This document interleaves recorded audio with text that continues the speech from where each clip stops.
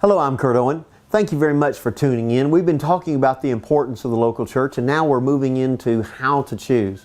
Now, last time we talked about what Jesus did when He came to church, and that's what you need to be looking for. Now we're going to look at something else. Now, this is from Jeremiah, and we're going to be looking at Jeremiah 3, and we're going to start in verse 15. Now, again, I want to build on what Jesus did. Now, I want you to think about this now. This is the Old Testament, and God the Father is looking forward to a time when He's going to be able to provide pastors that are according to His heart. And that's something you should see. You should see the heart of God in your pastor.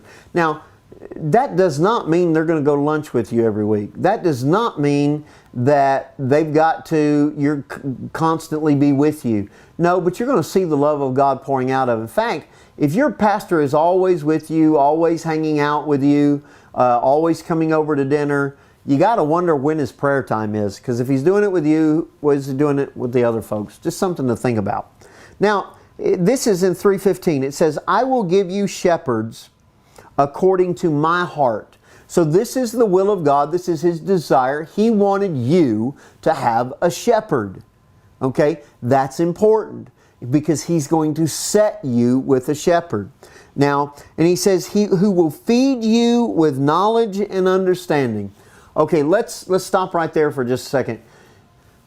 God desires, when you walk into church, when you sit there in a service, the worship might be great, that's fine, and we believe in worship and stuff. They might have a lot of skits and all these things, but when you walk out of there, especially based upon what we saw Jesus doing, you should walk out with knowledge and understanding. Remember, we talked about the gospel should be preached, it should be taught, and there should be miracles, signs, and wonders. They're evidence that the message is working. But you should have knowledge and understanding.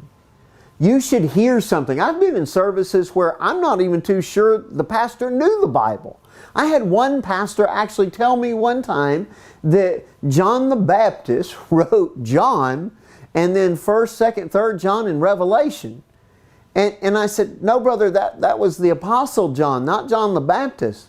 He says, no, I know it was. I said, but John the Baptist was beheaded halfway through the gospel. And he said, yeah, I'm still trying to figure. I said, how did he write this other stuff? He said, I'm still trying to figure this out. That's not a lot of knowledge there. Not a lot of understanding. Now, again, it's not just knowledge of the Word, because I don't know about you, but I've been in services, especially when I first got saved, where they preached so far over my head. They were giving me all this knowledge. All this information is getting poured out, but I don't understand any of it. When the service is over, I'm like, wow, that was a lot of knowledge, but it was kind of like drinking from a fire hose, and that guy's really deep, but he's so deep he drowned me. I don't know if that's good English, but it's true. Now, there should also be understanding. You should not just have knowledge presented to you, but then understanding how to walk in the knowledge that was presented. If you walk out of the church, and listen, I'm not picking on anybody. I want you to ask yourself this question next time you visit a church, if you're looking for a church. Go in, listen to the message, and ask yourself now, from the knowledge that it was given to me, do I understand God and His Word better now than I did when I walked in?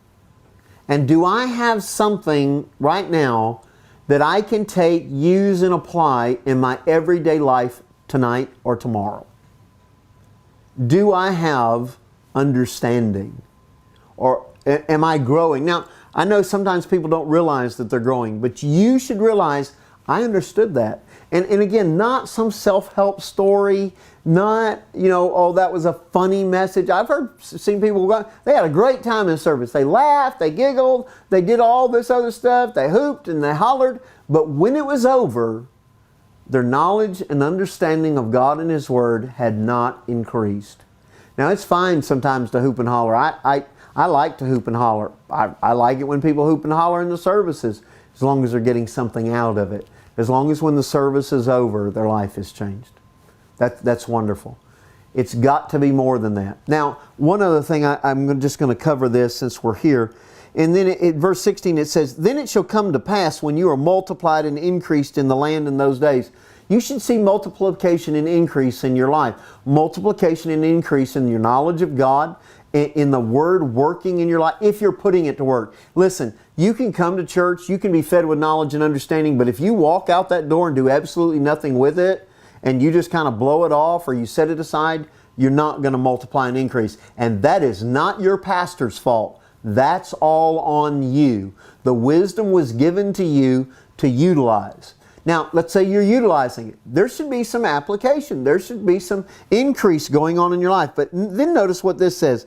And they shall say no more, the ark of the covenant, it shall not come to mind, nor shall they remember it, nor shall they visit it, nor shall it be made any more. Well, why is that? Well, the Ark of the Covenant was representation of the presence of God. And if they wanted the presence of God, they had to go find the Ark of the Covenant. If they needed the power of God, they wanted to go grab the Ark of the Covenant. What is he saying here? That when shepherds come, and this is after Jesus has come, we're not going to be wandering, having to go someplace else to see the presence of God, to experience the power of God. So in your life, when you're in the right church and you're being fed with knowledge and understanding, you're hearing the gospel preached, you're seeing healings taking place, you're not wandering around saying, I got to go somewhere to experience the presence of God. The presence of God is rich in your life, in your home, everywhere you go around, because you don't need an ark to provide power in your life, because now you're realizing Jesus lives in you and you're able to walk out that relationship because you're being fed with knowledge and understanding. There's more we're going to talk about, and if that's not happening in the church that you're going to, you know what? You might want to be looking for another church. Self-help is great, but I need Jesus' help, because myself helped me into a bunch of messes from time to time, and I need to know Him, because that's what this is all about. We love you very, very much. Thanks for tuning in. I hope this is helping you. Practical things to look for when you go look for a local church. Got a few more coming. We'll see you next time. Thank you once again, partners, for everything that you do, for making this possible. If you enjoyed this, please subscribe, share it with somebody else, and know that we're standing and praying for you for God's richest and best in your life. Remember, Jesus is risen and victory is assured.